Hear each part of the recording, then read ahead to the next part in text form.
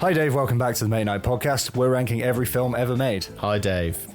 Today we're diving into a film that follows in the footsteps of a legacy spanning 9 previous entries, some mocked, others revered. This vast saga, rich in lore and backed by a devoted fanbase, sets a towering standard. I'm talking about Kingdom of the Planet of the Apes, the latest installment following a highly successful sci-fi trilogy. With a hefty budget of $160 million and groundbreaking production techniques combining on-site shooting with state-of-the-art motion capture, expectations were sky high. Could this film falter, or does it rise to greatness? Fred and I hit the theatres to find out on release day, and now, just moments later, we're ready to share our thoughts. Welcome to episode 7 of the Mate Night Podcast, Kingdom of the Planet of the Apes, should you watch it? Usually, we would start by clarifying that we have not discussed the film.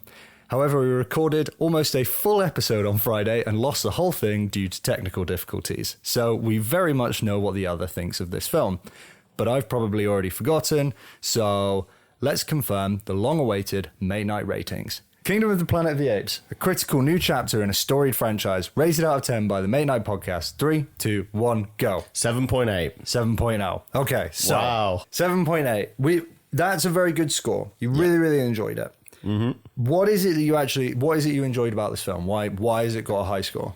Yeah, so for me, I went into the film having watched the previous 3 of the rebooted franchise in the preceding week, really engaged with the lore, absorbed as much as I could about the film, and I felt that having watched the other ones, the world building and the journey that Kingdom of the Planet of the Apes took me on was something that I just felt really invested in. I really enjoyed the decisions that Wes made to expand the universe, and I liked there are a few points there are a few things that they added, a few details, a few decisions he made about the world, and he had a real free license and free reign to go through in as much as of a way as he wanted, given he'd given himself a bit of a time skip, and just the decision around how these characters that he introduced would act, what situations would have taken place following the 300 years post-Caesar, and how things like mythos and societies had developed post our last entry into the franchise. So that was where it was set, and I just really enjoyed how he went about it, and I felt that it actually was really one that took a step on from the last films in the franchise, and I just had a real enjoyment for it. Did the world building take a step on from the...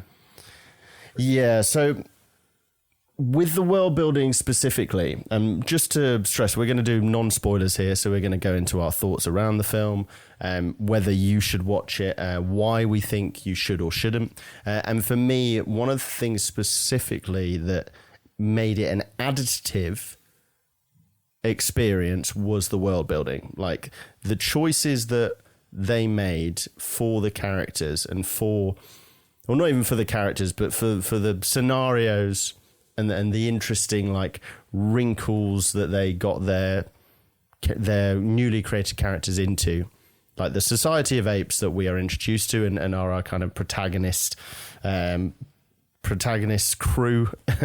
They have very interesting niches that have been clearly developed and made for the film, and I just really was invested in it. I just found it really interesting, the decisions they made. Yeah, it's a great franchise for world building because it's that perfect sci-fi situation where it's like, take this interesting situation, this interesting idea, in this case, switch ape and human intellect almost, and basically just see what happens.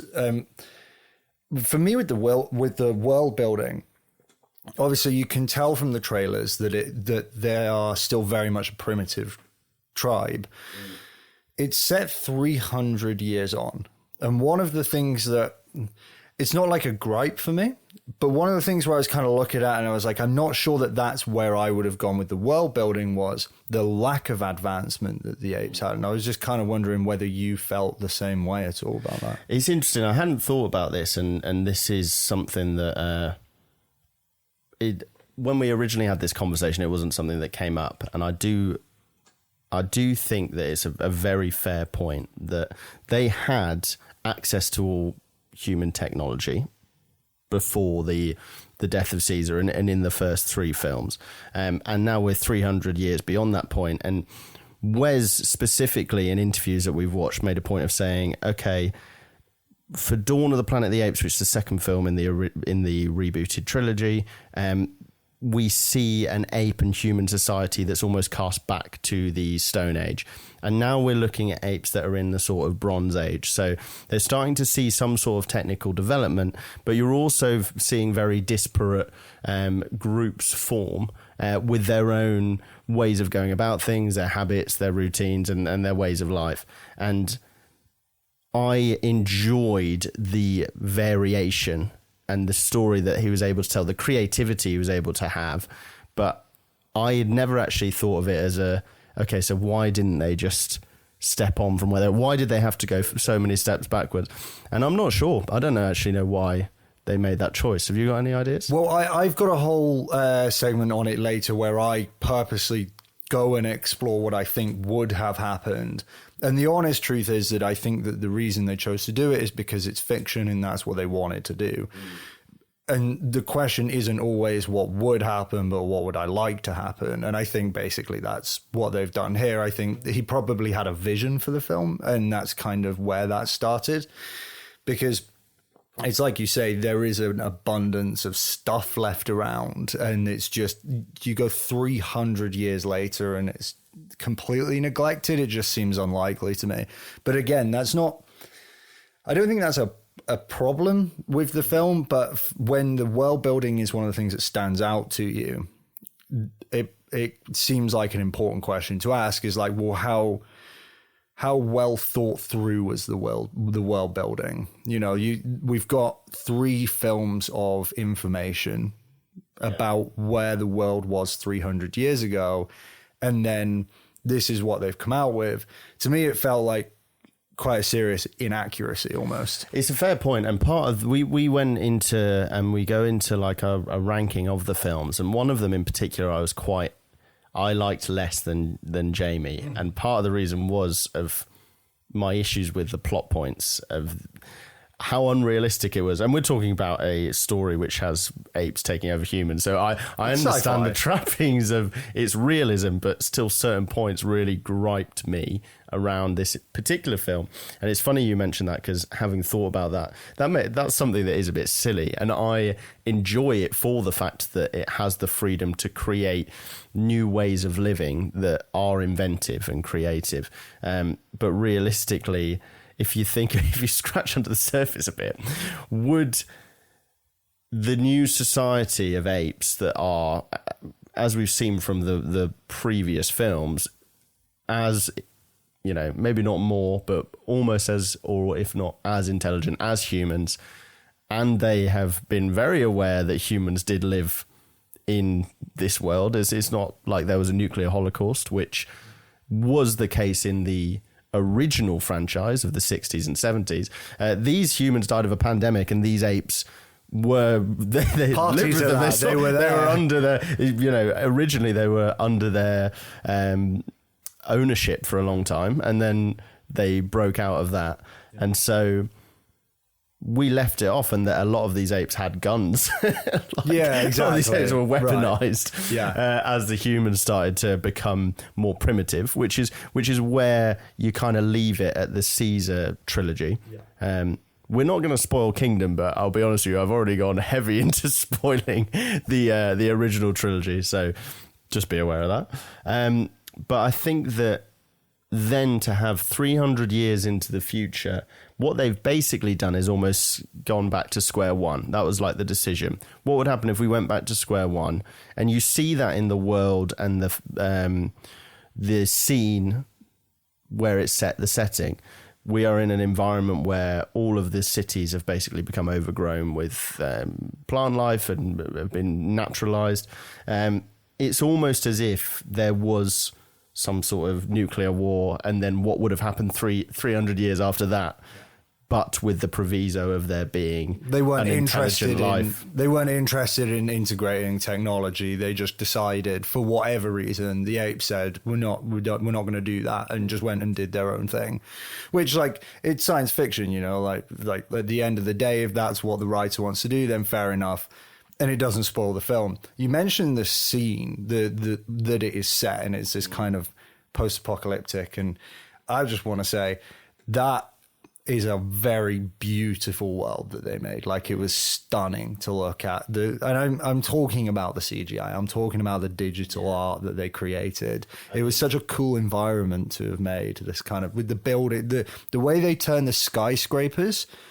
They made the skyscrapers almost derelict and overgrown, but still structurally there, and so it almost looks like man-made, like hills. They're like artificial hills. They're just kind of, but they're angular instead of naturally round, but it's still very much part of the environment. And we're talking about particularly the rebooted series, which we've both watched. I remember when that was coming out, it kind of being pioneering in terms of technological advancement, particularly around the use of mocap, which it built on it was standing on the shoulders of giants in the 2000s, starting with Lord of the Rings, and then a lot of the Peter Jackson films like King Kong and of course the Avatar films as well. But around that time, I mean, the original Avatar was 2009, and then 2011 was the first Planet of the Apes film.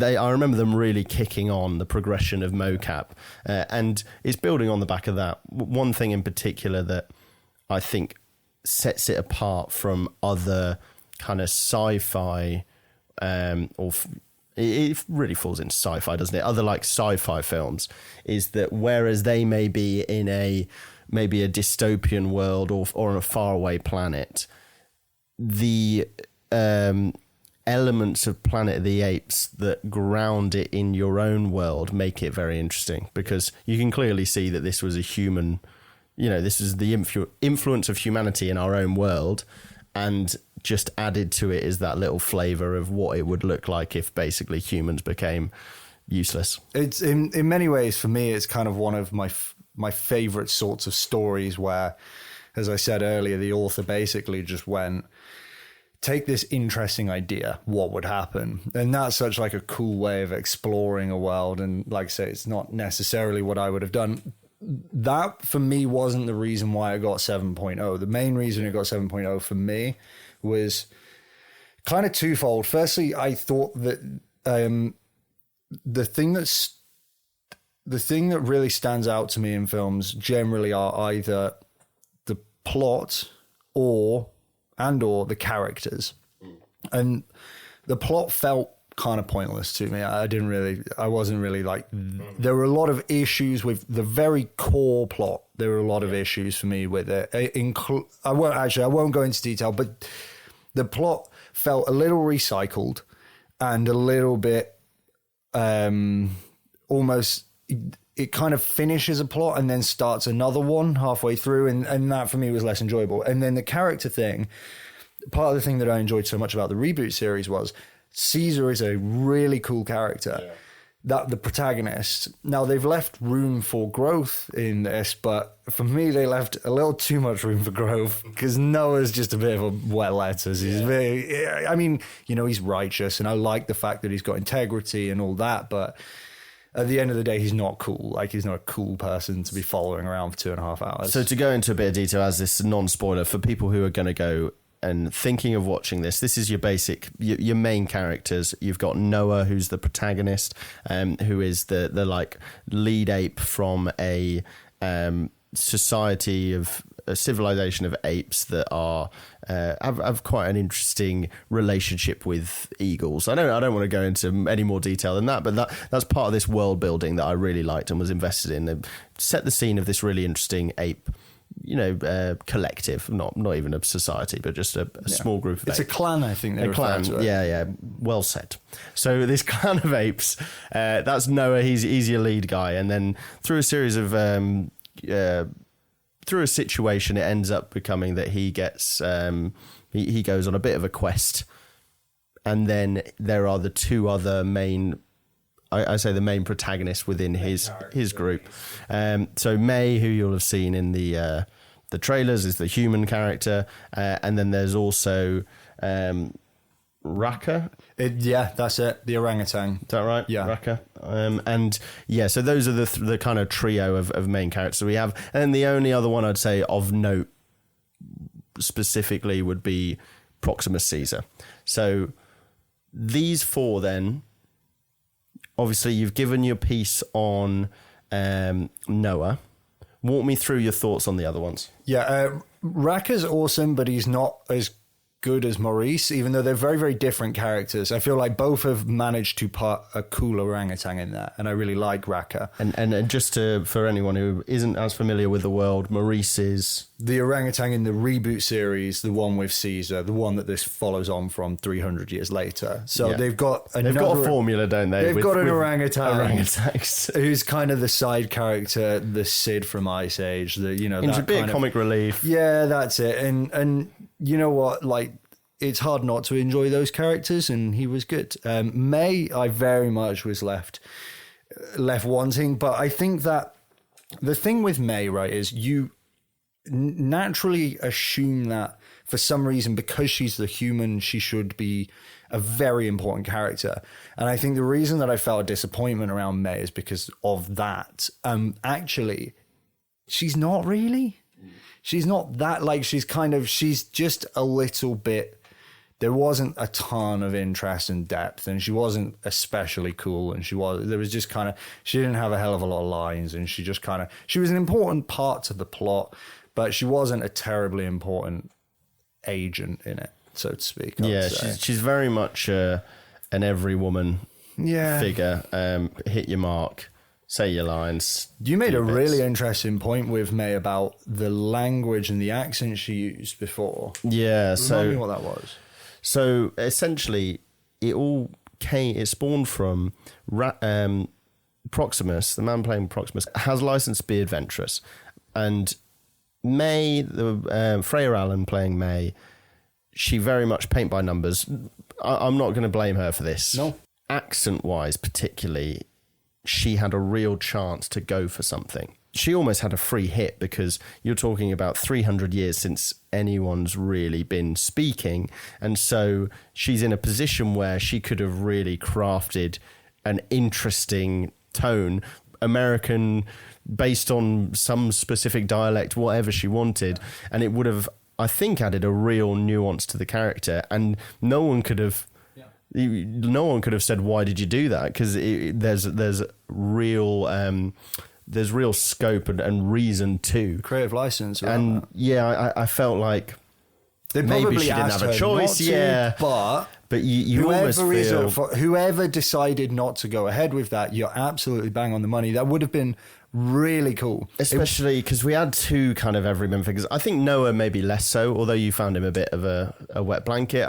He's still, at the end of the day, an ape with a bit more of an interesting origin. It's just not Caesar for us. For me, that was more it. It was just kind of and I think you're going into this, you're not going to have anyone replace the character. If you like Caesar, if you like the films for Caesar, no one reaches those heights. But part of the reason I liked it so much is because I was pleasantly surprised by how much they introduced, how much they went for, and how much of that worked. And particularly, although the plot, it's not amazing, they've got this world that I've really come to enjoy, and they've really expanded it. And they also littered it with something that is now becoming a bit of a staple of these Planet of the Apes films when I watch them. But there are a couple of just really, for me, like almost out of your seat moments where I was like, I can't believe that's happened. Like subverted expectation moments, but brilliantly done. And we can't go into them without spoiling the film, but I must say, I remember there are a couple of times this happened. There are two moments in particular I'm thinking of in the film where I was like, wow, that was awesome. That was really awesome.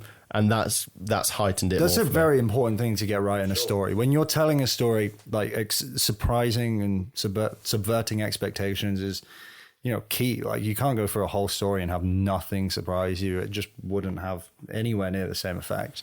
But I think that if we're if we're going to go for the whole should you watch it perspective, and this is something that we ended up coming to a bit of a different view on, because I admitted last time, and I still hold myself accountable to this opinion, that my enjoyment was really born out of having watched the original films. Like a few days before? Yeah, well, a few days. I think for me, the reason why I enjoyed it a lot, part of it was the pleasant surprise of I'm entering a world which I know, but it's very different.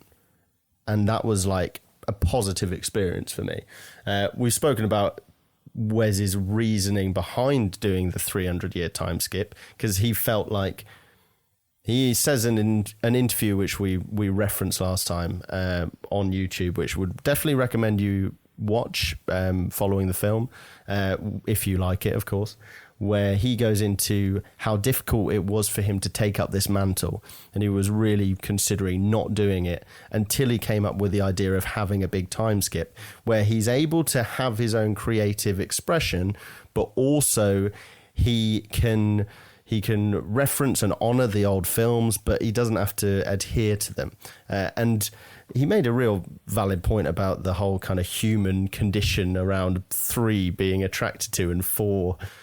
Yeah, and I think it was a great decision, because the 4th, if you've watched the other 3, seems like if you've watched the other 3 and you enjoy the other 3, I think you're going to enjoy the 4th, because it adds just extra flavor to it. Whilst not being tied into, like, for instance, can you imagine following the 3rd film if they'd have basically just done a new story around it's Cornelius. Around Cornelius. It's Caesar's kid, and he's setting up, and there's another problem they've got to solve, and that would have been a real pale. There's no real change in the universe setting. No. There's no. I mean, that's really one of the most important things to understand about this movie is one of the things that it does better than other films is creating a universe. That's what you're doing. You're there to watch a very beautiful rendition of a very interesting universe. And watching the first 3 films massively enhances that experience because you understand it. So, yeah, I think the question of should you watch Kingdom of the Planet of the Apes should really be split into 2 questions. Should you watch it alone? Like, if you've never watched the other 3, should you watch Kingdom of the Planet of the Apes? What do you think? Probably not. It's probably not worth your time. Not I mean, massively. you could. You can. Like, it's not a bad film, but... Okay, no. Now, if you have watched, or if you are inclined to watch the other 3, should you watch Kingdom of the Planet of the Apes? Yeah, for certain. I would say I think it really adds. If you enjoyed the first 3, I think you'll really get something out of the directions they've went, the changes they've made, and building upon a world that you already enjoy, with an interesting variety of new characters and new lore for you to understand. One of the things I don't know if we delved into enough with it, though, the problem, I guess, is, does it have enough on its own? Like, when Jamie says, if you're looking at it being like, I haven't watched the others, this film might be quite good. Should I watch it? I feel like the world building is quite reliant on you already knowing the other things. Like, they go some way. It doesn't stand up on its own as well, because a lot of it is kind of a lot of it is reliant on particularly the Caesar storyline and how that affected the future events, and really maybe you kind of get, it would be one way you got to the end of the film and be like, okay, so the Caesar was quite important, and it would be interesting to know a bit more. I feel like if you're in 2 minds about it, watch the first few films and then see if you enjoy it. Yeah, watch the first 1 film, because you'll enjoy it so much more. Start the series at the start, without a doubt. Yeah.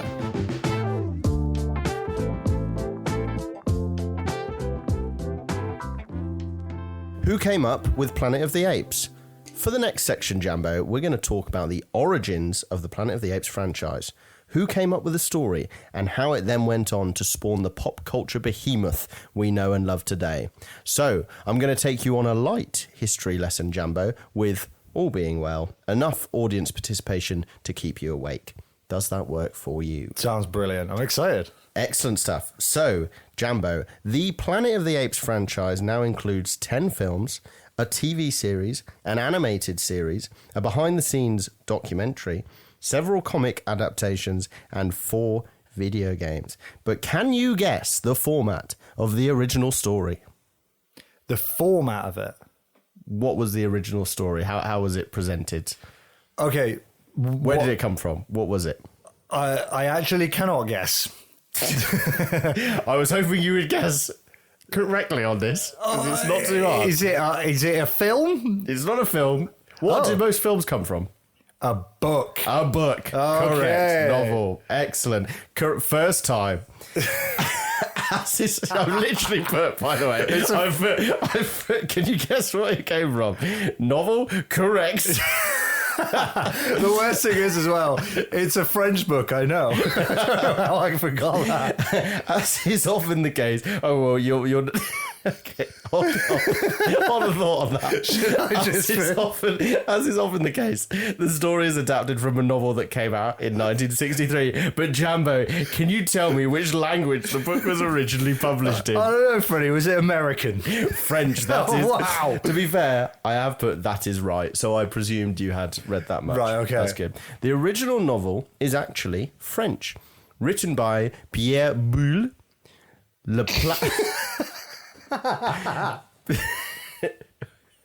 Pierre Boulle. Bulle. Yeah. La Planète des Songes follows the story of a French journalist who has taken on a pleasure cruise in space and lands on the eponymous planet. I found it really interesting when looking into this that the original story is French. Is this something that you'd come across? Actually, I wasn't aware of that fact, Freddie. No, fair enough. Yeah, no, I heard how that it did was. you how did you read about that then? Yeah, I think I was just researching a trivia thing, and it was just like I was trying to get as big a collection of facts under my belt, and I'd come across the title of the original book. My understanding is it was kind of loosely based, though, right? Is that right? It's really interesting. So one of the things that I found interesting about researching the whole lore around Planet of the Apes is that I mentioned in one of the shorts how there's the different timelines between the rebooted series and the original series. We didn't even mention the Tim Burton little sideshow that happened in 2001, and they just pretend don't happen. I really want to watch that. But yeah, the book, when I was reading about it, was interesting again because it's almost like another variation of it. It's not that they're like loosely adapted. I mean, you can clearly see some quite clear parallels, but there are some quite noticeable changes. For instance, the French astronaut is like he's basically invited on a pleasure cruise by someone who's rich. I believe he's a journalist. That's it. And he's invited by someone who's at a point where they can do space travel, and they go far out to somewhere where they do have the time dilation that happens in the subsequent film series. They land on another planet. It's a planet of the apes. And then a series of things happen that kind of mirrors the first film. So it's quite similar, but there are some very notable changes which are really interesting. That I'll go into detail about one in a bit of time. This is new to me. But yeah, so in terms of the actual stories themselves, so that they're more like a series of highways or a series of roads that have the same destination. They share different plot points, but there are some interesting changes. And I was particularly interested to find that the French adaptation was similar to how the original series was similar to the rebooted series. They all shared similarities, right, but they also were different in kind of interesting. Can you give a little more detail about what you mean by that exactly? So what you're saying, just to clarify, is that the difference between the original films and the newer films is similar to the differences between the book and the films. Yeah. So in terms of the one thing you asked me before is the rebooted film and the original film from the same timeline? And the answer is no, because there are some, marked changes that they make within the reboots to kind of clue you in. So in the original series, it's some American astronauts go on a space voyage. They experience time dilation and go hundreds of years into the future as they travel across the stars, and they land on a planet where they know it's thousands of years in the future. I believe about 2,000, roughly 2,000, 3,000, something like that. Okay, yeah. It's a long way in the future, and they've now witnessed this planet of the apes, which we know from all the series. In the reboot, there is no space journey, no traveling. No, but the spaceship's name is referenced. So in the original series, the spaceship they travel on is called the Icarus. In the new and I should say that they travel in like the 1970s, reach this planet of the apes in 3054 or something like that. In the new series, in 2011, when it's set, or in and around that time, they show in the first film, Rise of the Planet of the Apes, that there is a ship called the Icarus that is about to launch, and it explodes on the launch pad. And so they were referencing, almost in a very not over the top, but a clearly signpost way of saying, this is different. Yeah. Like, we're making it obvious to you that whilst there's a lot of similarities here, this is going to be a different telling of this story. So in the same way, obviously, you've got the French journalist element. The characters and their motives for going to this distant planet are a bit different. And I don't want to get too many things wrong here, but a lot of the characters in the original film series are leaving Earth. Like Charlton Heston's character hates humanity, so he's trying to get away, and he's like, maybe we'll find something in the stars that I don't. I'm very disenfranchised. I don't think that was quite the case in the French version. There were issues with humanity that Pierre Boulle was trying to make clear, particularly actually issues with being reliant on technology, and his opinion that over-reliance on technology could lead to something like a Planet of the Apes where they would be able to rise up. But interestingly, between the two series and the later one, the big difference is in terms of how we get to a Planet of the Apes. Like in the rebooted series, there's a pandemic which is caused by them trying to get the cure for Alzheimer's and using ape trials and ending up making super intelligent apes. But actually in the old series, the cause of the kind of U-turn towards the Planet of the Apes was because of a pandemic that wiped out cats and dogs. And so this pandemic meant that humans didn't have pets anymore. And so apes actually became pets. And because apes were more intelligent, they actually ended up being more like a slave-master dynamic. And so it got to a point where apes got smarter and smarter spending time with humans. As humans kind of treated them more subserviently, they became essentially slaves. And so there became this point in time where there was this turning point, apparently signified by the first utterance of an ape going no, like in the rebooted series when this happens, but in a different setting. So there are all these different changes, and it's clear the big one from the French book compared to the original series that I found very interesting is actually in the original film there is a twist ending, and it is considered by many to be it is considered by some to be the greatest twist in cinema history. And that is the fact that what happens in the film, they land on this planet of apes, things happen, our main character realises that there's primitive humans and intellectual apes on this planet. He gets into a few scrapes and he manages to escape. And at the end of the film, he's kind of in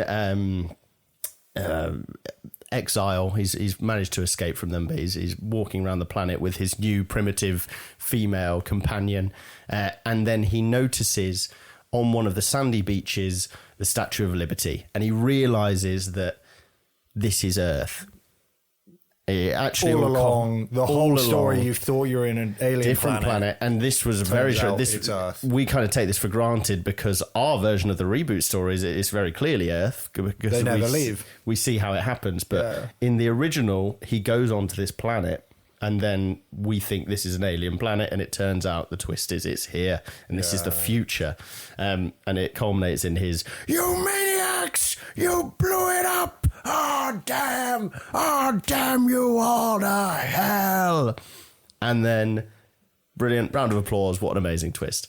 That was added to the story when it got, when the rights got purchased by Americans. So I believe his name was Arthur Clarke, I want to say. Let me just make sure I've got the name of that. Arthur P. Jacobs. So he, this is so funny, like he actually came to Paris looking for properties to adapt into with his new company, AP Jack Productions. And to explain his interest to people, Jacobs would tell agents that he was meeting, "I wish King Kong hadn't been made so I could make it." What? And then someone was like, "Have you heard about this story?" Have you heard about this? You might like this one. So he sees the reads the book, reads the translation, is like, "Wow, that's exactly this is what I'm looking for." You know what I asked you earlier? If you like another film, then you'll like Planet of the Apes. What is that film? And we tried to avoid saying a film with a big monkey. A film with monkeys. So Arthur B. Jacobs, yeah, he was very much into films with monkeys. And then, so he took 3 years to get made, and this is really interesting. So have you heard of the show The Twilight Zone? I've heard of it. I don't really know much about it. Incredibly famous anthology series. Do you know what I mean by that?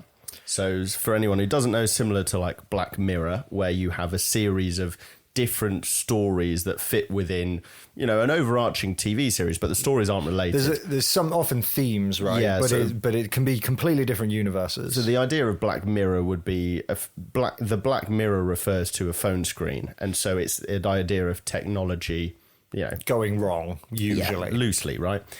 In the Twilight Zone, that was like from the 50s and 60s. So this is a very old, very influential anthology series that kind of delved into horror and the macabre.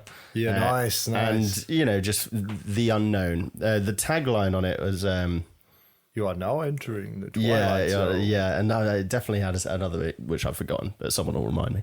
And he was a very celebrated writer, and he created this series. I think he's the guy who actually presents it as well. So he kind of was the face of the Twilight Zone, Rod Serling. And he decided to add the twist that it was set on Earth. So in the original French story, this story is presented as from this French journalist. It's presented as like a message in a bottle that some people find floating in space, because they basically escape the Planet of the Apes, and they warn people by sending a message out in a bottle with the story, with the log of what's happened. And there is a twist in that, and the twist at the end of that is that the people reading it are apes. Oh, right, okay. And so they read it, and then apparently the people reading it go, "This is ridiculous. Because of humans being primitive, this couldn't have been written by a human." Right, okay. Yeah. So they changed the twist. So quite interestingly, that's, you know, something... That's so cool. I like the way as well that, you know, I love this franchise, and I'll be watching more of it. And it feels nice to know that there's no reason why they can't just go make another universe and do a completely different story with what turns out is a load of really cool twists and ideas and themes and characters. And it's like a Doctor Who. When you set a really interesting precedent like that, you actually leave yourself open to a lot of creativity. They've done it once. I mean, they did it once with the original series. They've done it again with the reboot series, Tim Burton series, whatever. And essentially, they're doing it. They're doing it again within the reboot now, because they had the three were very much on their own, and now they've got license to make some different decisions by going 300 years. Yeah, that's wild. So that's really taken us from. That's really taken us in terms of the timeline of how it got made. What I wanted to spend a bit more time on, though, is Pierre Boulle. Mm-hmm. Have you heard of Pierre Boulle? No. Very interesting fella. Okay. Boulle was an engineer serving as a secret agent with the Free French in Singapore. Free French, do you know anything about those? Nope. I didn't before reading a bit about this guy, but essentially during the Second World War, when France got taken over by Germany, Charles de Gaulle, who was a kind of military figure in France, escaped and created like Free France.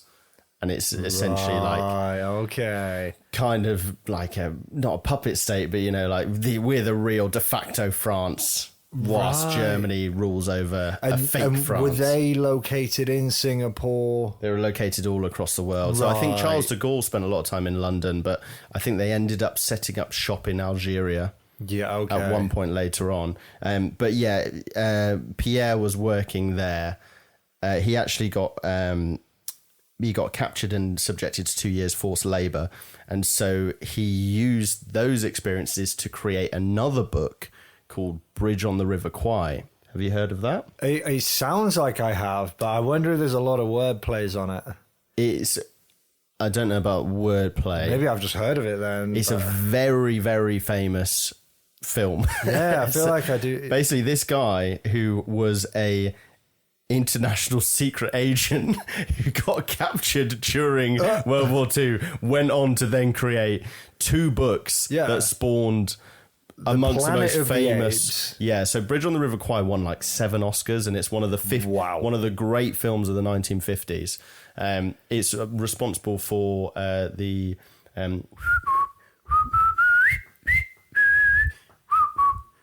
oh yeah. You know, that little whistling ditty? That's from that. Yeah. Also famous for an actor from one of your absolute favourite films. His name is Alec Guinness, and he played Obi-Wan Kenobi. Oh, in the original Star Wars. That film. And that one is one that we will have to watch for this as a part of our classic series, because 100%. It's something I've never watched. I'm really excited to watch. And I didn't know that this guy... Basically, 2 incredibly famous stories he's had. Has he written any other things? I think that those 2 were very much the high points, but they came quite far apart, because Planet of the Apes was written in 1963. The film for Bridge on the River Kwai came out in 1957, I think. Okay. So the book came out, maybe like 5 years before. So you're talking, he's basically bookended a period of writing with 2 films that went on to become... mega franchise, and also like he also happened to be a secret agent who got captured and was in a forced labour camp. So I'm guessing he died quite a while back then. Is he not someone we could get on the podcast at any point? No, I think Pierre Boulle is Pierre has been. Pierre has been. Unfortunately, he is brown bread. Yeah, okay. Interesting fella though, that. Yeah, I know. Wow, that's a wild life. I'll see if anyone's done, anyone's looked into this guy much. And obviously I know people will, literary historians will know, but I was incredibly surprised to find out. Not only when you find out, whenever you read about someone who you hadn't heard of, who'd written a very famous book, and then you look into them and they've written something else that you have heard of. You're like, wow, that's really interesting, because they're 2 very different stories. And then you add into the mix that they were also, by the way, he was a secret agent who got captured in the war.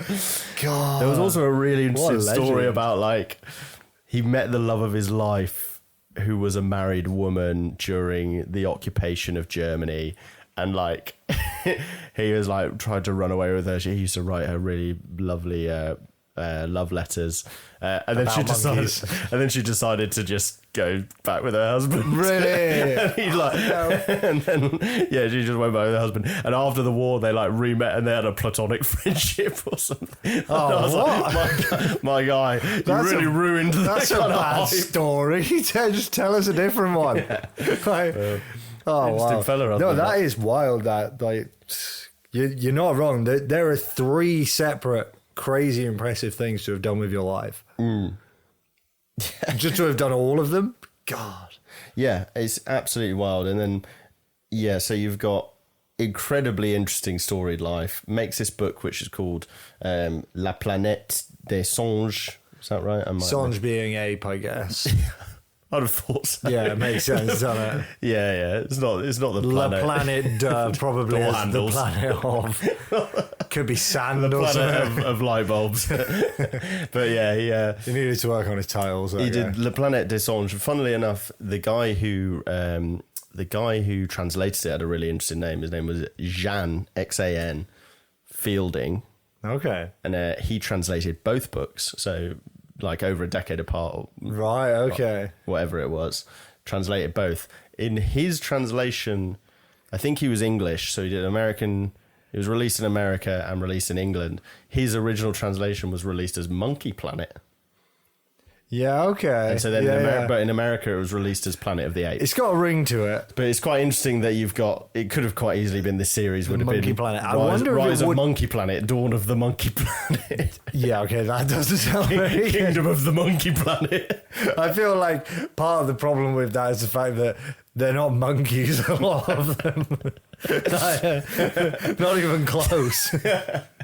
But yeah, it's really interesting. Like really, really interesting reading a bit up on him, and obviously getting a chance to read about the lore and Yeah. especially the different directions that they went in terms of the different series they've done. This would have been the most impressive Fred read the book segment ever. Yeah. With it being in French.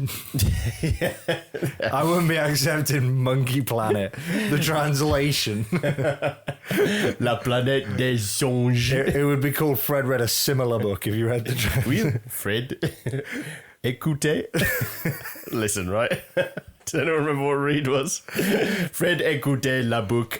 I'm so glad you did GCSE French. Yeah.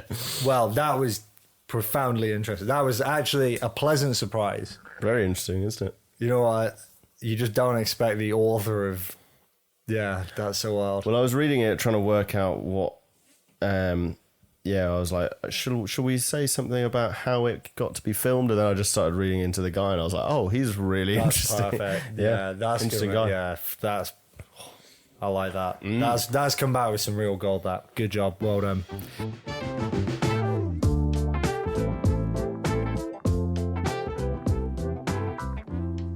Caesar would have kept hold of the medicine in the second film, and this is why that would have made Kingdom of the Planet of the Apes a completely different film. Kingdom of the Planet of the Apes is set 300 years after the Caesar series, but in the same universe, and it's clear that the newly formed ape societies have retained a mostly primitive lifestyle. However, based on the information given on their intelligence, I believe that ape societies would have embraced the abundance of leftover technology long before the events of the fourth film and would have mostly caught up with us. Here's why the film got it wrong, how I think a trigger as simple as the medicine would have changed history, and where I think it would have stopped. So, first a little context. The chapters are going to be below if you want to skip ahead. The story starts in modern America. Humans are testing a cure for Alzheimer's disease called ALZ-112 on apes. This drug seems to both cure Alzheimer's and make apes smarter. However, all hell breaks loose when it mutates and becomes what is called the simian flu, an airborne virus which is lethal to humans but still enhances the cognitive abilities of apes. Over the next couple of years, most of humanity is wiped out by the flu, aside from some small settlements of what looks to be about 1,000 humans surviving on leftover resources. The apes have fled into nearby woodland and started to form basic primitive societies. The story of the second film is where my interpretation of this sequence of events differs. The film begins with humans venturing into ape territory, unbeknownst to them, with the aim of getting a hydroelectric dam up and running again. The story of the second film then follows the subsequent tension between ape society and human society, where both are very wary of each other, yet the humans need this favor from the apes. One of the solutions to this tension is when a human offers Caesar, the leader of the apes, antibiotics to save his dying wife. The antibiotics work, and the apes, as a thank you, allow the humans to continue the work. Here is the problem. Kingdom of the Planet of the Apes puts ape society 300 years from these events, at a primitive or Bronze Age society at best, and the plot effectively follows the apes' first proper push to try and embrace and integrate human legacy resources. But it would not have taken nearly this long. Rather, once Caesar's beloved family was saved, that would have triggered the apes' pursuit of acquiring human resources. Caesar demonstrated considerable strategic intelligence, so the first thing he would have done is said to the humans that he would be happy for them to continue working on the dam in exchange for more of this magical medicine. The humans weren't in a position to negotiate and would have willingly offered some, but antibiotics only work in some situations. Now, the humans have no reason not to tell Caesar this, but it can be complicated and the stakes are very high. You wouldn't want to get it wrong. Cue reading and writing. The apes are seen to have their mantras written on the wall when Maurice is teaching in the second film. It says apes together strong. So they have some basic capability. They don't need to be reading War and Peace, but a simple means of storing information of when you could use the antibiotics seems certainly plausible. So the apes now understand the profound importance of reading and writing, and they own some simple antibiotics. Here's where things would have settled down for a couple of weeks. Caesar would have understood the importance of the recent discoveries and would have set out to understand reading and writing as quickly as possible. This way he could access already written information by the humans. The humans would have gone their own way and been building a society much faster again with an abundance of electricity. It wouldn't be long though before the peace was broken. With a society of that size, a few hundred at least, the requirement for antibiotics to save a life would have come again quite quickly, and it wouldn't be long before they would have run out. Once they have no medicine left, and Gary's wife is dying, Caesar would have had no choice but to seek out more. Now, there are a few different ways for the stories to develop from that. Apes and humans could have ended up creating a mutually beneficial arrangement where both can provide benefits to the other. This is what I think would have happened, purely because, regardless of how messy history is, our one data point is that life seems to tend towards cooperation. This would bring a broader meaning to apes together strong, which includes the ugly, tall, hairless ones we call humans. Further, Caesar's strategic decision-making reliably tends towards cooperation. Whatever the case, the point remains two things are now certain. The apes understand the profound value in leftover human resources, and the source of humans' vital electricity is in ape territory. Through war, negotiation, cooperation, or some other way, it's almost certain that apes would have integrated human technology as early as the dawn of the Planet of the Apes. So we jump forward 300 years. What does society look like? Well, let's say that the apes and the humans did try to cooperate, since everyone is better off that way. The problem is the virus seems to have a lethal impact on human populations, and regardless of whether it was through war or subservience, humans would have ended up in a similar position to that which they find themselves in the fourth film, effectively wild animals. I think that out of tenderness resulting from their increased intelligence, the apes probably would have kept them around, just like we do with cats. But would apes have managed to fully assimilate humans and recreate the exact modern society which humanity lost in the first movie? To answer this, we need to understand what their limitations are. This is because Caesar demonstrated an intelligence no lesser than humans, and so reasonably we can assume that they could learn to read and write to the same level. This means that they could accumulate our knowledge from anything written down, pass information on to the next generation, and eventually undertake any intelligence-based job role that we do. This includes operating the internet and computers. However, this leads us to our first potential barrier. What exactly is the state of the equipment left behind after the second film? Specifically, is there even an internet that could be used? Now, apes don't need to have global access to a communication information yet, but if we want to understand whether they could recreate our society exactly, then this needs asking. Now, I have a feeling that the next films will actually answer this sort of question, but here are my thoughts. The internet requires electricity and millions of staff worldwide to maintain the upkeep of physical servers. I believe electricity would not take them long. However, the recreation of the internet infrastructure would be profoundly laborious to recreate for the apes, especially considering that we can see the date of the planet in the second film and we would know the ape especially considering that we can see the state of the planet in the second film and we know the ape population probably wasn't going to quickly exceed 6 billion. However, they would likely understand the importance of the internet based on the literature that we left behind and would be beginning to set up an equivalent electronic storage of information that represented the internet. Therefore, I think that eventually they could be capable of recreating the internet, but I do not think that they would have done it to the same extent within 300 years. This is purely conjecture based upon the disrepair shown in the second film, but it's likely I haven't identified every limitation, but it does show that they wouldn't have been able to perfectly assimilate us within the 300 years. What I would guess would be the case after 300 years. They would have managed to recreate the supply of fossil fuels, transport, electricity, and basic medicine, but probably not the internet and brain surgery. And so you'd be looking at a sort of spread out industrial-style monkey society where they're starting to wear top hats and drinking ale, but not wearing top knots and drinking lattes. Whatever the case, is as simple as this. No matter how badly you want your cute little primitive life, when your wife is dying from an illness, or your elders from starvation, or your children from cholera, agriculture, medicine, and clean water infrastructure would be impossible to resist. And so the Bronze Age kingdom of the Planet of the Apes is not nearly as advanced as I would have guessed. One thing I did think, you're saying that this would have started from that medical... That would have been the catalyst in the films. And that would have been the moment I think it turned around. And realistically, you could have loads of different catalysts for this and still get to the same point. It doesn't have to be that way. Right, exactly. One thing I did think, though, is on that in that specific instance, I don't know if that would have been the cause. Okay. Because basically, if I'm remembering correctly, what happens in Dawn, he uses the medicine and then she's still recovering. He's still letting them kind of quid pro quo use the electricity. They literally just get the electricity running. So at that point, yes, there would have been this back and forth, let's cooperate. But isn't that when Koba basically shoots him and... Right, I see what you're saying. So I think that we see his family in good health before the Koba But literally, don't we see them in good health as they're coming back? As they're coming out. I'm pretty sure it all happens at once. Yeah, so they don't even have a chance to work together more. I agree with you that they would have. I think they would have found another way to get to that point. Well, the weapons were like a very obvious one. Yeah, the weapons were kind of like, could I just say, yeah, it's obvious to the apes that whoever has the biggest guns wins, and they just take all their guns, and that's what the catalyst. Yeah, I think at that point, though, the Koba behavior had gone to a point there needed other things to happen preceding that. Basically, you could argue that if the guy who was a real antagonist wasn't there, the one who initially shot an ape, who then hid a gun, if he wasn't there, this probably would have happened. You could argue that's true, something like that. Yeah. I get what you mean, that it would be an insignificant event. There would be some moment where the modern resources would completely change what would have gone terribly wrong for them. Yeah. Do you know what I mean? Like, he would have lost his wife and his kid's mum, but he didn't. And because of human resources. Because I think, like, one of the things I was thinking once I read this out was, I don't know if I made it abundantly clear that one of the arguments I was trying to sort of push back on, and I should have cleared this out at the start, is I think that a lot of people... I think there's some people will try to make the case that, they want this primitive lifestyle.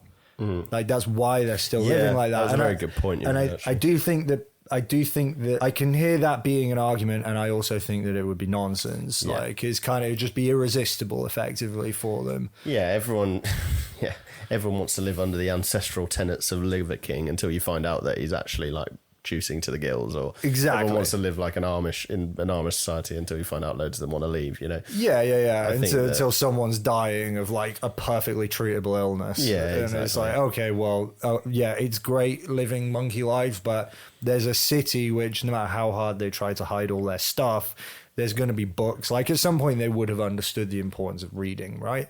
Like, is one of the points that I made. And even if they hid everything, I just can't see them having been able to hide all the literature. And so, like, the apes would have understood the importance of it and started to learn to read and write, which is quite important in the Kingdom of the Planet of the Apes. They don't know how to read and write. They're like, the symbols have meaning. So they're starting now, 300 years later, to understand that the symbols have meaning. And it's like...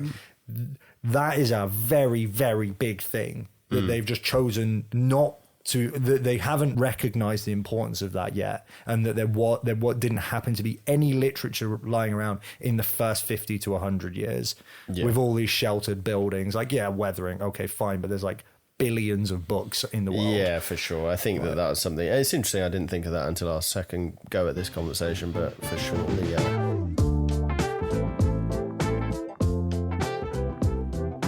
Welcome to Jambo's review of Kingdom of the Planet of the Apes, read by me, Fred. Jambo review. An interesting exploration of a universe. It's a mixed bag, so here are my scattered feelings. The plot was okay. It was another go save my tribe. Okay, what are we up to now? And it felt lazy. However, if you take the plot as a way of exploring an idea, in this case, what is left 300 years later, then it serves its purpose. Further, the constant dramatic irony of understanding the world in which Noah walked when he had no idea was really cool. I don't think I understand that sentence.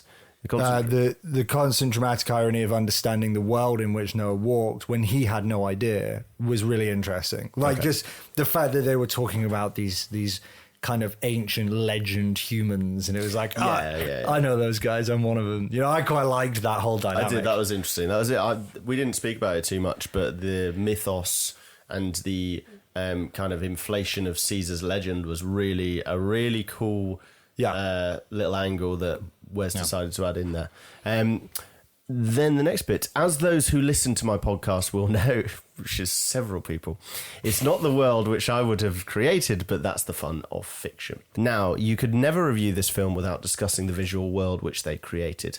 I know people are generally more critical, much more critical. Wow, it's much more critical of CGI than I am, but as far as I'm concerned, it was genuinely beautiful.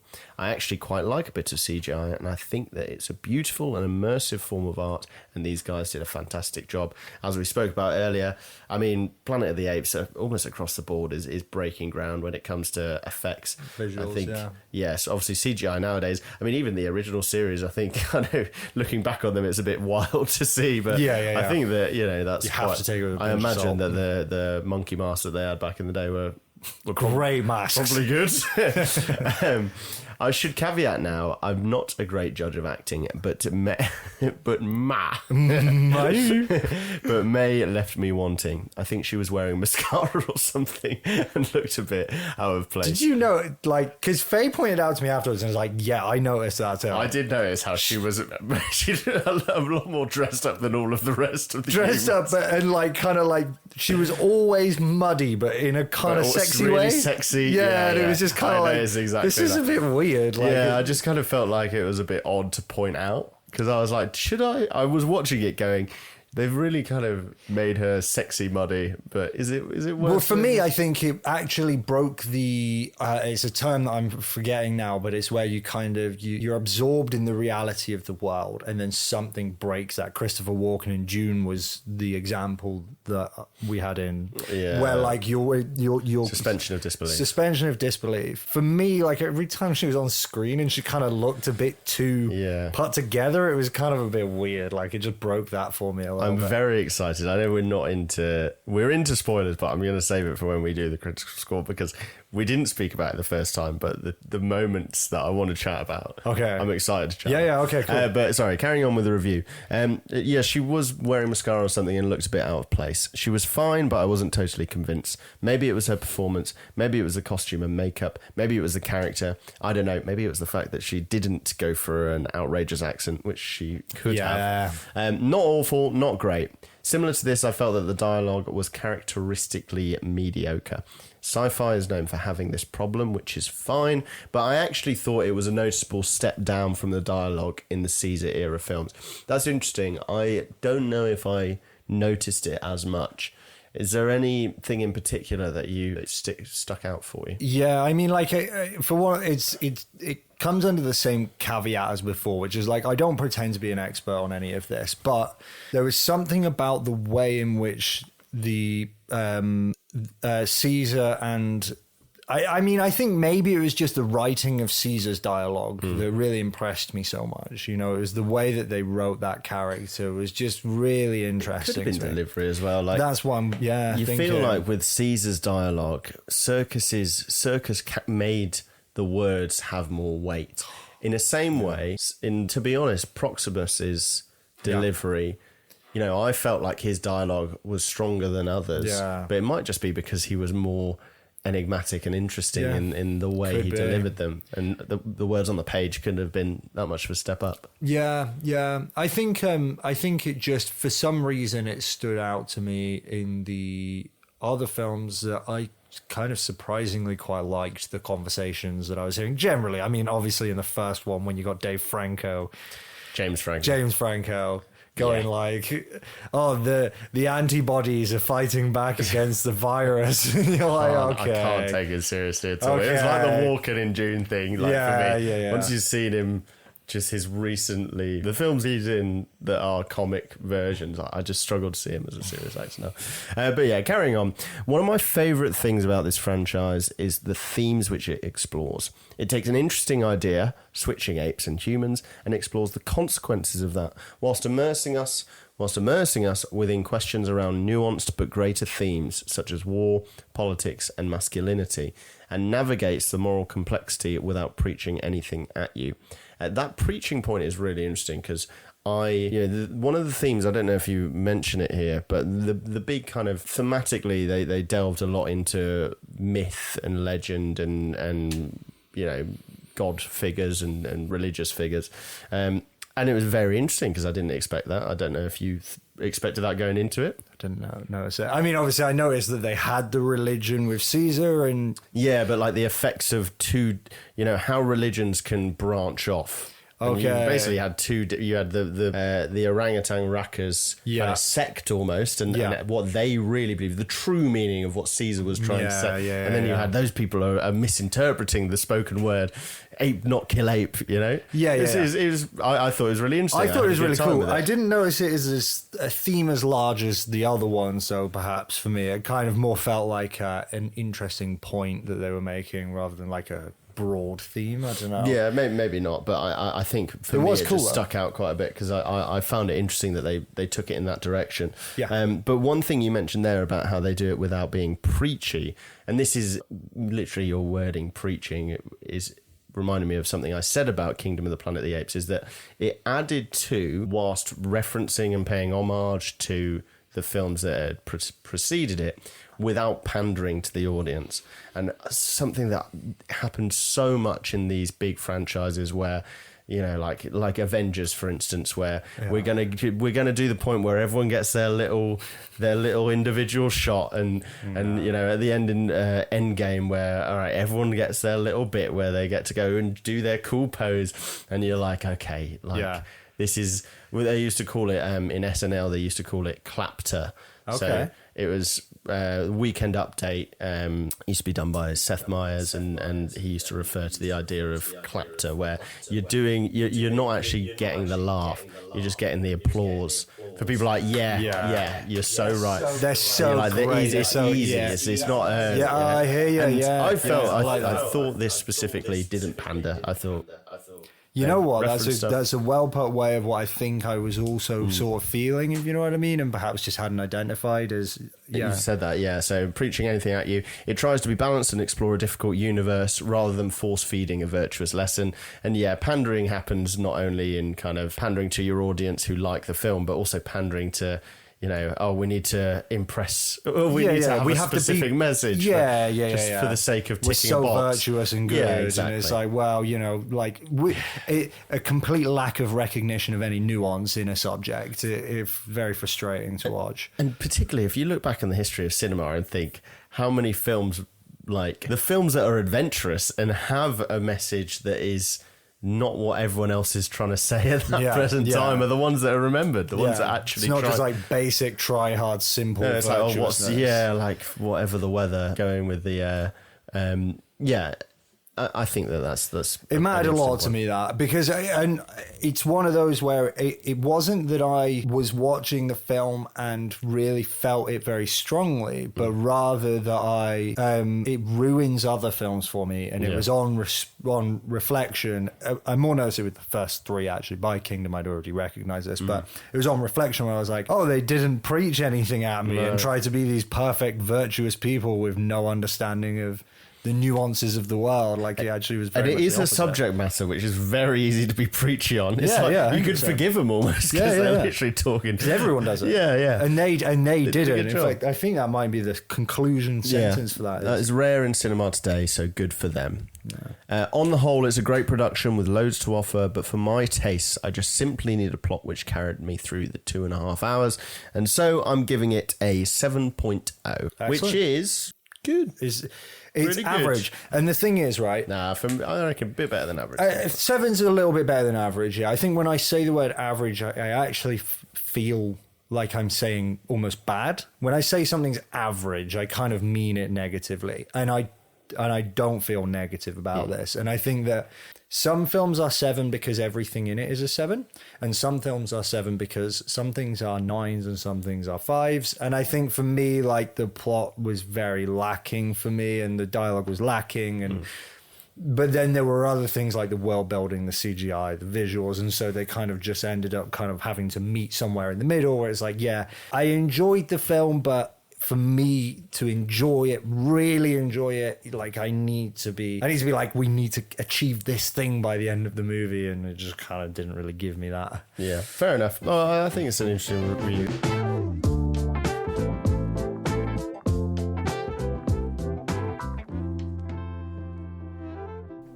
Okay, it's time to wrap this up with the critical score ranking. We're going to rate Kingdom of the Planet of the Apes out of 10 in 7 more categories: plot, character, dialogue, performance, visual, sound, and genre realization. Here we want to determine how good a movie was, and so we do take the age into consideration. We have 2 minutes per category. First is plot. Plot is a sequence of events which takes place in the narrative. Do they make sense? Are the stakes high enough? Were there any surprises? We have 2 minutes to agree on a rating out of 10. Go.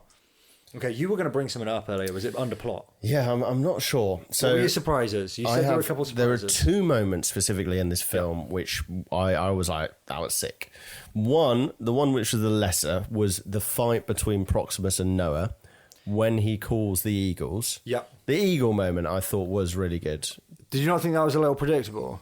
It was predictable, but I still liked it. It was one where I felt I was invested. I was like, okay. I knew he was going to do it. Yeah, I was. You weren't a fan. I mean, it was okay. I liked it. Yeah. I liked it when it started happening. It just felt like the minute that he messed up the song at the start, I was like, right, so about 10 minutes before the end, he's going to sing it properly and he's going to win the fight. Yeah, for sure. And that's not good plot writing for me. Fair enough. All right, so it wouldn't come into plot. Now this, though. Go on. Oh, all right. There is a scene, the best scene in the film, where they, as the characters, they've decided that they need to go into this area that they're trying to get, which is the bunker with all of the human technology. They ally with May, the human. Noah and his friends end up helping her out. They set up some explosives. They're going to get to a point where they're going to sneak in the middle of the night. That's the setup. Now, there's another human at Proximus's ranch. He comes along in the middle of the night, and he basically lets them know he's going to rat on them and says, you've missed your chance, whatever. So you're thinking, how's this going to play out? Are they going to get him inside? What's going to happen? And May just jumps up behind him and strangles him to death. Just straight up murders somebody. And it was fucking incredible. I do not get what he's... I was like, what the shit They've is just that? gone straight down the road of murder. And all of the apes are like, what the fuck are you doing? She just... And also, I gotta say, it's not just the fact that she murders him. They literally give like the Anton Chigurh, No Country for Old Men, behind the neck crank. And they want the whole sequence of her choking the life out of him. All right, 10. There is no way. No, okay. The one murder. But I will concede that was a great moment. Other moment I forgot was actually when she had a gun at the end, where I was like, oh shit, she was going to fucking axe him. Only if she had to. Yeah, but I think she went there to do it, and then she was like, actually, no, I'm not going to. Really? Yeah, she wouldn't like... Oh, I thought she just did it in case he tries to kill her. What are we going to rate it? I actually don't think it deserves any, like an 8. I don't think No, 8s are great. We've moved on from no one's going to be classics. talking about the Kingdom of the Planet of the Apes plot like it was some fucking outlier. No, I think the world building... Okay, I liked the world building. Does world building come under anything other than plot? I think the visual elements, yes, but I think for the actual, some of the decisions... It has to come under But plot. then also there's the element of... But plot is the sequence of events. Yeah, and also we agreed that it probably shouldn't have happened that way because they shouldn't be in that position. There being a lot of problems with a plot doesn't by default make it bad, it more detracts from it. You know what, I would go 7. There were bits that I really liked. There were some issues with it, but I didn't hate it. Oh, I don't know whether to put it down to a 6 or not. Well, it's your call. You've got mine. If you go lower, we will go lower. Let me have a look at the other 7s. It's 1-7, and it's Alien. And then Space Odyssey, Crouching Tiger got 6s. Like, you're going to tell me that it's better than them? Like I don't think it really is it? No. Okay. And I don't think it's got anything on Alien's plot. There was less wrong with it than the Exorcist plot. I reckon 6 then. All right, we'll go with a big fat 6. Nice. That took us 5 minutes. Character. Next we have character. Character is a collection of beings within the narrative. We have 2 minutes to agree on a rating out of 10. Go. Proximus Caesar, May, Raka, and Noah. Those are the 4 characters in this film. There are no other characters. And there's some eagles. No other characters. There's some eagles which are apparently fish or something. There was a guy who got fucking choked to Proximus, death. great. May, not terrible, but not good. Raka, good. Noah, okay. You know what, actually, I need to remember. So characters are different to performance. Yeah. And also But performance. I really like Proximus as a character. He's I pretty good. really like He's the interesting. kind of... I preferred his performance to his character, though, for sure. Yeah, but I mean, if you just think of him as in terms of this kind of like enlightened ape that's taken control of a civilization and then is like, you know what I mean? Like in the position of the world, he's quite an interesting... Maybe. I think neutral. it's slightly, but I wouldn't say he's like great. I think Okay. it's, as a performance, great. Character. You know what? I think absolute max this could be his 7, because 7 would put it in line with Princess Bride, Space Odyssey, Superbad. Princess Bride is 8. I reckon. Oh, right, okay. I reckon this is a 6. Don't you reckon? I reckon that's a 6, yeah, for Yeah, character. it's not Character bad. certainly Some good wasn't ones. the standout. Okay, dialogue. Next This we is have great. Sorry. no. Next we have dialogue. Dialogue is the line spoken between the characters. We have 2 minutes to agree on a rating out of 10. Go. It's been so long since we've done like a non-classic, which we can give good, like bad scores to and not feel bad about. Yeah, it's had a 6 and a 6 so far. Yeah, we like that's fair. You gave it a 7.8 on gut feel, and I'm like, really? No, I liked it. It was good. Okay, dialogue. Yeah. Okay, I'll give it this. It wasn't terrible. No. You know what I mean? Like, and it could wasn't easily have noticeably been. bad. It could easily have been. Yeah. I think it was. I think we might be looking at another 6 I here. think we're We might looking have at said, it. God, This is just a put very it at sexy- 6. This is a very sexy film. Yeah, it's a sexy film. It's a South African sexy film. Or Kiwi. I like It's a how very much sexy quicker film. we should, instead of doing 2 minutes on everything, we should do 5 on plot and then like 1 on sound and visuals. Oh, we've got some good ones in it. Performance, though. Okay, so performance. Next we have performance. We have 2 minutes to agree on a rating out of 10. Go. I would say, you know what? It gets the mocap buff because anyone agree. doing mocap, you know, it's a Deserves tough, a greater deserves- score for that massive difficult element of your performance. Yeah. So, and to be honest, I enjoyed all of the apes. I think all the performances. Noah's a bit of a Yeah. boring character, but I thought It's not a performance issue. no, I thought he did. Thought he did good. I know that you don't like that scene supposedly with the. But that was more writing. That wasn't performance. Yeah, I think he was still. he Yeah, was still. that was I more- thought that he, was plot. He definitely built hype because I was hyped. Yeah, he did fine. You know what? It's at least 7. It's The only definitely one. not an 8. The only one who I'm like, on is May. There's no way it's an A. Like, it's Alright, not show going to me be the a A's, movie show me to the A's. remember for performances. Yeah, it's maybe not great. 8 is great. Okay, we've got a lot of performances. Full Metal Jacket, Princess Bride, The Thing, Chinatown, Psycho, Apocalypse Now. It's definitely not. Yeah, probably not quite. I on think that a level. 7 is a good score 7's for it. fine. Cool. Yeah, happy with 7. Great job, guys. And we did that in just a minute. We might have pulled that off in a minute, so we can stick that as a short. Nice. Yeah. Visuals. Talk to me. Okay. Next, we have visuals, CGI, costume, makeup, and cinematography. Oh, you know what? After reading that. Okay, we have 2 minutes to agree on a rating out of 10. Go. CGI, ridiculous. Makeup, what is going on? What, the mascara? Why have they put mascara on somebody? It's good mascara, though. Yeah, I know. That's what's wrong with So it. it's a good She score. looked way too good. Honey, you look way too good, darling. Honey, you're like fabulous. Right, visuals. Well, it's going to be good here, isn't I it? feel like, you know what? And we all right. The Let's question for me remember. is, does remember, we don't take year into account. No, we do take age into account. Yes, so we do take age, but it could detract. Yeah, So it's yeah, not because like- it's a brand new. When we're movie. comparing it to older films, we've got to remember. How does it stand good out they're. compared to the ones They come out now. CGI wise They're that come around out now. now? It's It's a one good of film. the best ones. Like it's up Yeah, there. it There's is not good. really It many is that have very done good, better yeah. CGI in the last few years. Like there will be some, but not many. Yeah, it is decent. It's up there. So it will probably age reasonably well. And I think the gripe with the makeup is kind of one of those where it's like it's one decision that I just didn't like. It reinforced it by the fact that I think maybe even of her own accord, Faye said, did you notice that she was like kind of weirdly glamorous? Yeah. Look, for me, I'm gonna throw out a number. I'm gonna throw out the number 8. Yeah. Yeah, I'm looking at some of those nines and thinking probably doesn't. Some of those nines really are like. Okay. Here's my argument for why it's so good. Okay, sorry. Here's my argument for why it's so good. The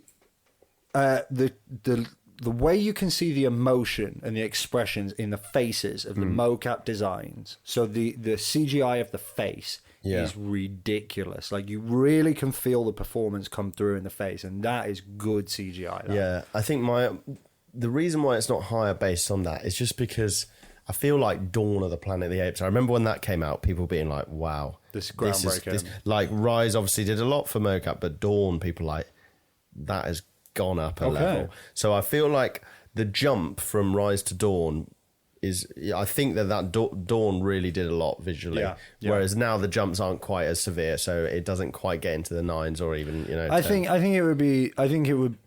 is the perfect score for Give this. it an 8. I feel like I'm going to forgive the makeup thing because everything else is so good. Yeah. You know, okay, so next we have sound. This includes, we have 2 minutes to agree on a rating out of 10, go. Well, obviously Score, we've got soundtrack, the birds. We got them birds. The birds wearing too much makeup. Forget about those birds with their mascara. I don't have any idea as to what the sound was like. Do you remember being impressed? I feel like there is nothing to comment on. The vocal performances. That's performance, isn't it? It's even got performance in there. Yeah, that's still performance, isn't it? So is it a 6? Is it just straight up average? Straight down the middle. I feel like 6 is becoming average. Sound is difficult because you feel like, can there be bad sound? I've only thought of one example where I was like, that is bad sound. Okay. And it was the soundtrack to the Suicide Squad, the first one. Bad was it? Yeah, I just remember they were like really going for cool. Yeah, like the cool, like Tarantino-y vibe, or like Guardians of the Galaxy. They were like trying to copy Guardians of the Galaxy, but it was somehow they fucked it up. Like it's not even that hard to fuck that up. Like it's hard to fuck that up, and it was just so out of place. Yeah, okay. But that's the only time I've ever thought the sound in a film has detracted from it. So I think this is comfortably a 6 for me. I just think like 6 is like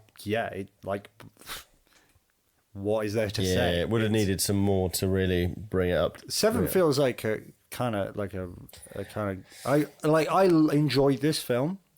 All right, it was fun, and I gave it a 7. Whereas I will name me one thing sound wise.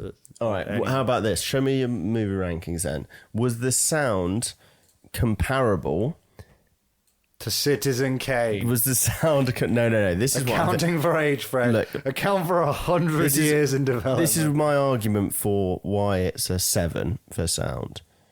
I feel like the plot, character, and dialogue are more 6-y than the sound is 6-y. It's 6-y, is it? You know, you're saying like the plot. You're like, yeah, that's a 6. Okay, all right, yeah, go on. I feel like it's a bit. The sound wasn't bad, or it wasn't even like below average. It was just didn't notice. It's just non-existent. Sometimes it's better to not notice something than to notice it. Yeah. Okay. All right. Fine. Genre realization. Personally, I think this falls very comfortably. Sorry. Finally, we have genre realization. Neither of us have really ever understood this one, but it's something like, how does it compare to the rest of its genre? We have 2 minutes to agree on a rating out of 10. Go. So this is where we've started to... Ape horror. Ape fantasy. And it's not a porn category. This is comfortably behind King Kong.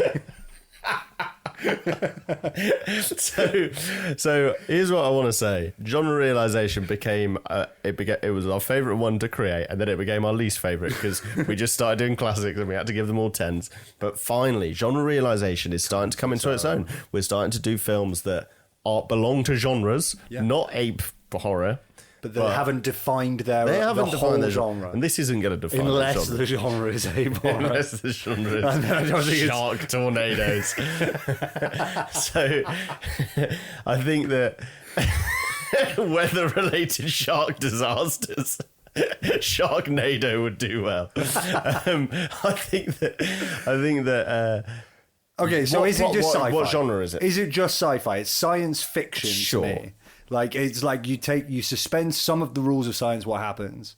And where does it stand in Well, that? the question is, does it get the Planet of the Apes buff? I would say Planet of the Apes as an entity is probably a 10 in terms of science fiction. Yeah, here's what I'm going to say. No, it doesn't get the buff because it's not that we are just rating this film. Okay. So, like, has it really... Where does it sit in comparison to the rest of the individual films? Sci-fi has some stinkers in it. Like we mentioned it when we did June, bad genre particularly recent. Yeah, I think it's for me. What did I give it? 7.8. So it's not going to be an 8 for sci-fi films. It's not a great sci-fi film. Yeah, but I don't think it's a 6 either. No. So there you go. I'm thinking 7. I'm thinking down the middle. It's a bit better than average. Yeah. Okay, so 7 out of 10 for genre realization. I'm interested to see. It's been a while since we've had one which isn't like really good, so this will be nice. People can hardly wait to find out. And we didn't have any really bad scores in that. Okay, so okay. Kingdom of the Planet of the Apes has now been rated out of 10 in all 9 categories using the Make-Night system. We have ranked it the following. Fred enjoyment 7.8 out of 10, Jambo enjoyment 7.0 out of 10, plot 6, character 6, dialogue 6, performance 7, visuals 8, sound 7, genre realization 7, giving us an average score of 6.87 out of 10, which makes it the 18th greatest film of all time until further notice. Beautiful. Here we go. I've got my exit script. Thanks so much for listening, Dave. Over an hour. Brilliant. Do you want to say anything? Thanks, Dave. Under and above.